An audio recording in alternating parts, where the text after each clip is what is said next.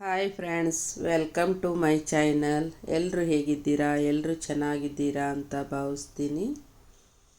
ಈಗ ನೋಡಿ, ಬೆಳಗ್ಗೆ ಎಲ್ಲ ಕೆಲಸ ಮುಗಿಸ್ಕೊಂಡು ಈಗ 9 ಗಂಟೆ ಆಯಿತು. ಎಲ್ಲ ಮುಗಿಸ್ಕೊಂಡು ಈಗ ಸ್ಟಿಚಿಂಗ್ ಮಾಡಬೇಕಂತ ಕೂತಿದ್ದೀನಿ. ಹೆಮ್ಮಿಂಗ್ ಮಾಡೋದಿತ್ತು, ಒಂದು 3 ಬ್ಲೌಸ್ ಹೆಮ್ಮಿಂಗ್ ಮಾಡೋದಿತ್ತು. ಒಬ್ಬರದೇ 3 ಬ್ಲೌಸ್ ಅದು ಹೆಮ್ಮಿಂಗ್ ಮಾಡಬೇಕಂತ ಹೇಳಿ ಕೂತಿದ್ದೀನಿ ನೋಡಿ. ಈ ಹೆಮ್ಮಿಂಗ್ ಕೆಲಸನೇ ಜಾಸ್ತಿ ಆಗಿಬಿಡುತ್ತೆ, ತುಂಬ ಟೈಮ್ ಹಿಡಿಯುತ್ತೆ ಹೆಮ್ಮಿಂಗ್ ಮಾಡೋದು. ಬ್ಲೌಸ್ ಕೊಡಬೇಕಾಗಿತ್ತು ಇವತ್ತು, ಹೀಗಾಗಿ ಹೆಮ್ಮಿಂಗ್ ಮಾಡ್ತಾ ಇದ್ದೀನಿ ನೋಡಿ. ಇದೆಲ್ಲ ಮುಗಿಸ್ಬಿಟ್ಟು ಆಮೇಲೆ ಸ್ಟಿಚಿಂಗಿಗೆ ಕೂಡಬೇಕು. ಯಾರೆಲ್ಲ ನನ್ನ ಯೂಟ್ಯೂಬ್ ಚಾನಲ್ ನೋಡ್ತಾ ಇದ್ದೀರಾ, ದಯವಿಟ್ಟು ಸಬ್ಸ್ಕ್ರೈಬ್ ಮಾಡಿಕೊಂಡು ವಿಡಿಯೋನ ಪೂರ್ತಿಯಾಗಿ ನೋಡಿ. ಹಾಗೆ ವಿಡಿಯೋ ಚೆನ್ನಾಗಿ ಅನಿಸಿದ್ದಲ್ಲಿ ಒಂದು ಲೈಕನ್ನು ಕೊಡಿ. ಹೊಸಬರು ಯಾರಾದರೂ ನೋಡ್ತಾ ಇದ್ದರೆ ದಯವಿಟ್ಟು ಸಬ್ಸ್ಕ್ರೈಬ್ ಮಾಡಿಕೊಂಡು ವಿಡಿಯೋನ ಪೂರ್ತಿಯಾಗಿ ನೋಡಿ.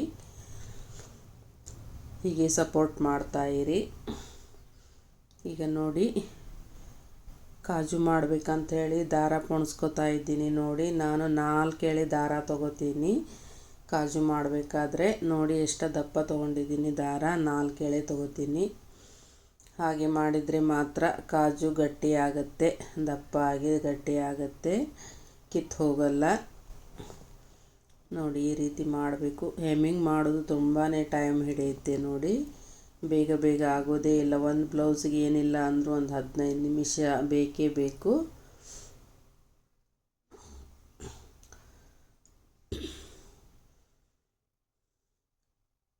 ಕಟ್ಟಿಂಗು ಸ್ಟಿಚಿಂಗುಕ್ಕಿಂತ ಇದೇ ಜಾಸ್ತಿ ಆಗುತ್ತೆ ಕೆಲಸ ನೋಡಿ. 3 ಬ್ಲೌಸು ಮಾಡಿ ಆಯಿತು ನೋಡಿ.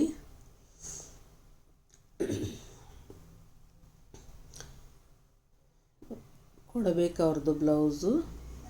ಈಗ ನೋಡಿ, ಮತ್ತೆ ಸ್ವಲ್ಪ ಸ್ಟಿಚಿಂಗ್ ಎಲ್ಲ ಮಾಡಿಬಿಟ್ಟು ಈಗ ನಾನು ಸ್ನಾನ ಮಾಡಿ ಪೂಜೆ ಮಾಡಿ ಮತ್ತೆ ಅಡುಗೆ ಮನೆಗೆ ಬಂದೆ ನೋಡಿ.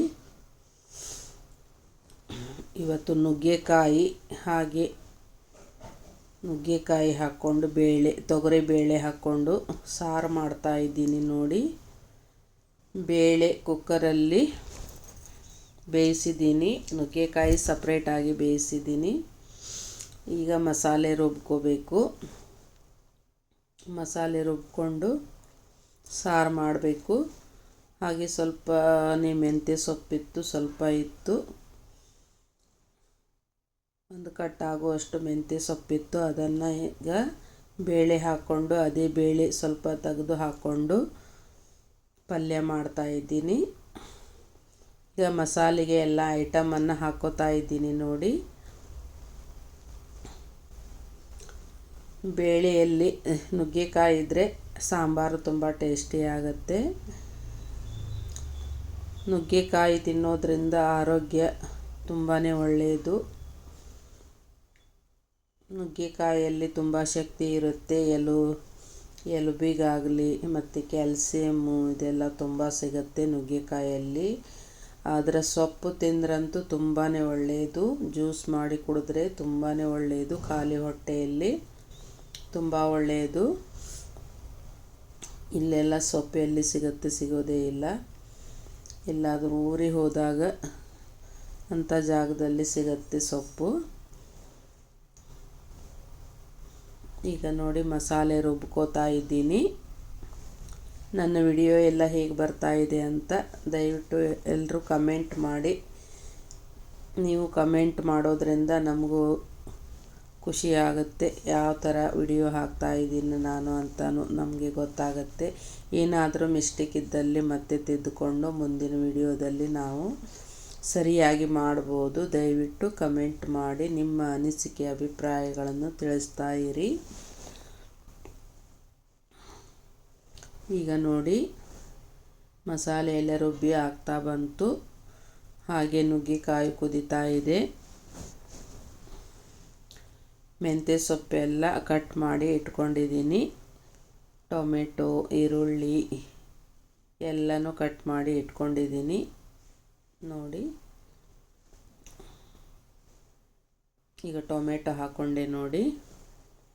ಸ್ವಲ್ಪನೇ ಬೆಂದಿದ ಮೇಲೆ ಈಗ ಸಾಂಬಾರು ಆಗುತ್ತೆ ನೋಡಿ. ಈಗ ಮಸಾಲೆ ಹಾಕ್ಕೊಂಡಿದ್ದೀನಿ. ಈಗ ಚೆನ್ನಾಗಿ ಕುದಿಬೇಕು ಸಾಂಬಾರು. ಕುದಿದ ಮೇಲೆ ಆಮೇಲೆ ಗ್ಯಾಸ್ ಆಫ್ ಮಾಡ್ಕೋತೀನಿ. ಹಾಗೆ ಸ್ವಲ್ಪ ಪಲ್ಯನೂ ಮಾಡ್ಕೋತೀನಿ. ಬೆಳ್ಳುಳ್ಳಿ ಎಲ್ಲ ಜಜ್ಜಿ ಇಟ್ಕೋಬೇಕು. ಈಗ ಪಲ್ಯ ಮಾಡಬೇಕು.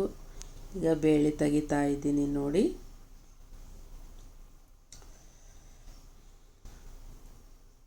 ಬೇಳೆ ತೆಗೆದು ಸಾಂಬಾರಿಗೆ ಅರ್ಧ ಹಾಕಿ ಅರ್ಧ ಇದಕ್ಕೆ ಮೆಂತ್ಯ ಸೊಪ್ಪಿನ ಪಲ್ಯಗೆ ಬೇಳೆನ ಇಟ್ಕೋತೀನಿ. ಇಟ್ಕೊಂಡು ಆಮೇಲೆ ಮೆಂತ್ಯ ಸೊಪ್ಪಿನ ಪಲ್ಯ ಒಂದು ಮಾಡಬೇಕು ನೋಡಿ. ಒಂದು ಬಟ್ಲಲ್ಲಿ ಬೇಳೆನ ತೆಗೆದಿಟ್ಕೋತೀನಿ ನೋಡಿ.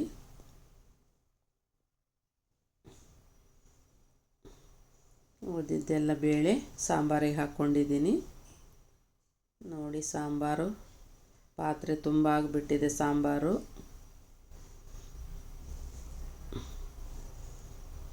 ಈಗ ನೋಡಿ ಬೆಳ್ಳುಳ್ಳಿನ ಜಜ್ಜಿಕೋಬೇಕು.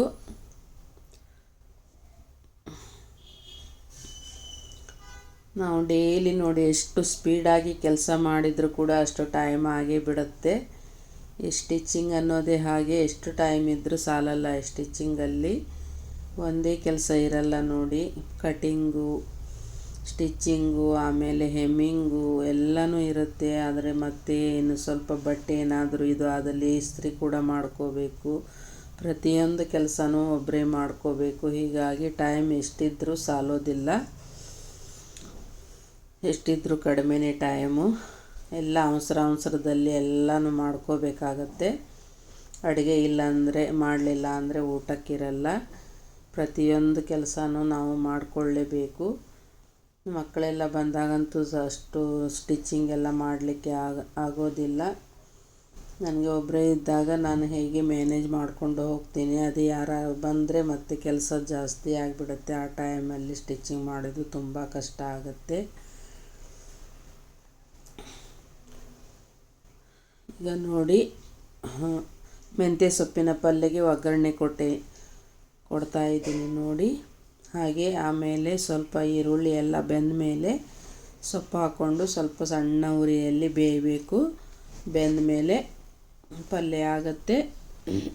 ಈಗ ನೋಡಿ ಕೆಳಗಡೆ ಕಟ್ ಮಾಡಿರುವ ಎಲ್ಲ ಕಸನೂ ತೆಗಿತಾ ಇದ್ದೀನಿ ನೋಡಿ. ಈಗ ಆವಾಗಿಂದ ಆವಾಗ ಎಲ್ಲನೂ ಕ್ಲೀನ್ ಮಾಡಿಕೊಂಡು ಕೆಲಸ ಮಾಡಿದರೆ ನಮಗೆ ತುಂಬ ಸುಲಭ ಆಗುತ್ತೆ. ನಾನು ಯಾವಾಗಲೂ ಹಾಗೆ ಎಲ್ಲ ಕೆಲಸನೂ ಆವಾಗಿಂದ ಆವಾಗ ಕ್ಲೀನ್ ಮಾಡ್ಕೊಂಡು ಬಿಡ್ತೀನಿ. ಇಲ್ಲ ಅಂದರೆ ಮತ್ತೆ ಎಲ್ಲ ಹಾಗೆ ಬಿದ್ದಿರುತ್ತೆ, ಎಲ್ಲ ಗಲೀಜಾಗಿಬಿಡುತ್ತೆ. ಅಡುಗೆ ಮನೆ ಎಲ್ಲ ನೋಡೋಕ್ಕೆ ಆಗಲ್ಲ, ಅಷ್ಟು ಗಲೀಜು ಕಾಣುತ್ತೆ. ನಮಗೆ ನೋಡೋದಕ್ಕೂ ಕ್ಲೀನಾಗಿರಬೇಕು. ಕೆಲಸನೂ ಆವಾಗಿಂದ ಆವಾಗ ಆಗಬೇಕು ಅಂದ್ರೇ ಸರಿಯಾಗಿ ಆಗುತ್ತೆ. ಇಲ್ಲ ಅಂದರೆ ಏನೋ ಕೆಲಸನೇ ಆಗಿಲ್ಲ ಅಂತ ಮನಸ್ಸಿನಲ್ಲಿ ಕೊರಿತಾ ಇರುತ್ತೆ. ಹೀಗಾಗಿ ನಾನು ಆವಾಗಿಂದ ಆವಾಗನೇ ಎಲ್ಲ ಕೆಲಸನೂ ಆವಾಗಿಂದ ಆವಾಗನೇ ಮಾಡ್ಕೊಂಡ್ಬಿಡ್ತೀನಿ. ಪೆಂಡಿಂಗ್ ಅಂತ ಏನೂ ಇಟ್ಕೊಳ್ಳೋದಿಲ್ಲ ಕೆಲಸನ. ಹೀಗಾಗಿ ಬೇಗ ಆಗುತ್ತೆ. ಎಲ್ಲರೂ ಹೆಣ್ಣುಮಕ್ಕಳು ಆವಾಗಿನ ಅಡುಗೆ ಮನೇನ ಕ್ಲೀನಾಗಿ ಇಟ್ಕೋಬೇಕು.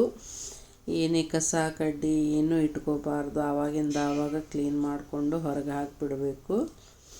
ಹಾಗೆ ಮಾಡೋದರಿಂದ ಮನೆಯೂ ಕ್ಲೀನಾಗಿರುತ್ತೆ. ಯಾವುದೇ ಹುಳ ಹುಪ್ಪಡಿ ಯಾವುದು ಬರೋದಿಲ್ಲ. ಈ ಥರ ಜಿರಳೆ ಸಮಸ್ಯೆ, ನೊಣ ಈ ಥರ ಯಾವುದು ಬರಲ್ಲ. ಅಡುಗೆ ಮನೆ ಕ್ಲೀನಾಗಿ ಇಟ್ಕೊಂಡ್ರೆ ಆರೋಗ್ಯಕ್ಕೆ ಒಳ್ಳೆಯದು. ಇಲ್ಲಾಂದರೆ ಆರೋಗ್ಯನೂ ಹಾಳಾಗುತ್ತೆ, ಮನೆಯೂ ಗಲೀಜಾಗುತ್ತೆ, ನೋಡೋರಿಗೂ ಗಲೀಜಾಗಿ ಕಾಣಿಸುತ್ತೆ. ಯಾವಾಗಲೂ ನಾವು ಮನೇನ ಕ್ಲೀನಾಗಿ ಇಟ್ಕೋಬೇಕು. ಅದರಿಂದ ಎಲ್ಲ ರೀತಿಯಿಂದಲೂ ನಮಗೆ ಒಳ್ಳೆಯದು. ಹೆಣ್ಮಕ್ಳು ಎಷ್ಟು ಚುರುಕಾಗಿ ಕೆಲಸ ಮಾಡ್ತೀವಿ ಅಷ್ಟು ಒಳ್ಳೆಯದು ನೋಡಿ. ಮನೆಯೆಲ್ಲ ನಡೆಯೋದೇ ಹೆಣ್ಮಕ್ಳಿಂದ. ಹೆಣ್ಮಕ್ಳು ಚುರುಕಾಗಿ ಕೆಲಸ ಮಾಡಿಕೊಂಡ್ರೆ ತುಂಬಾ ಒಳ್ಳೆಯದು. ನಮ್ಮ ಮನೇನ ನೀಟಾಗಿ ನಾವು ಕ್ಲೀನಾಗಿ ಇಟ್ಕೋಬೇಕು. ಯಾವಾಗಲೂ ನೋಡೋರಿಗೂ ತುಂಬ ಚೆನ್ನಾಗಿ ಕಾಣಿಸ್ಬೇಕು. ಆ ರೀತಿ ಹೆಣ್ಮಕ್ಳು ಮನೇನ ಇಟ್ಕೋಬೇಕು. ನಾವು ಊಟ ಮಾಡಿದ್ದು ಯಾರೂ ನೋಡಲ್ಲ, ಮನೆ ಹೀಗೆ ಇಟ್ಕೊಂಡಿದ್ದಾರೆ ಅಂತ ನೋಡ್ತಾರೆ ಜನ ಎಲ್ಲ. ಯಾವ ರೀತಿ ಮನೆ ಇಟ್ಕೊಂಡಿದ್ದಾರೆ ಅಂತ ನೋಡ್ತಾರೆ. ಆ ರೀತಿ ನಾವು ಮನೆನ ನೀಟಾಗಿ ಇಟ್ಕೋಬೇಕು ಯಾವಾಗಲೂ. ಈ ವಿಡಿಯೋ ನಿಮಗೆ ಹೇಗೆ ಅನ್ನಿಸ್ತು ದಯವಿಟ್ಟು ಕಮೆಂಟ್ ಮಾಡಿ ನಿಮ್ಮ ಅನಿಸಿಕೆ ಅಭಿಪ್ರಾಯಗಳನ್ನು ತಿಳಿಸ್ತಾ ಇರಿ. ಈಗ ನೋಡಿ ಮೆಂತ್ಯ ಸೊಪ್ಪಿನ ಪಲ್ಯ ಈ ರೀತಿ ಆಯಿತು. ಸಾರು ನೋಡಿ ಮತ್ತೆ ಸಿಗೋಣ ಮುಂದಿನ ವಿಡಿಯೋದೊಂದಿಗೆ.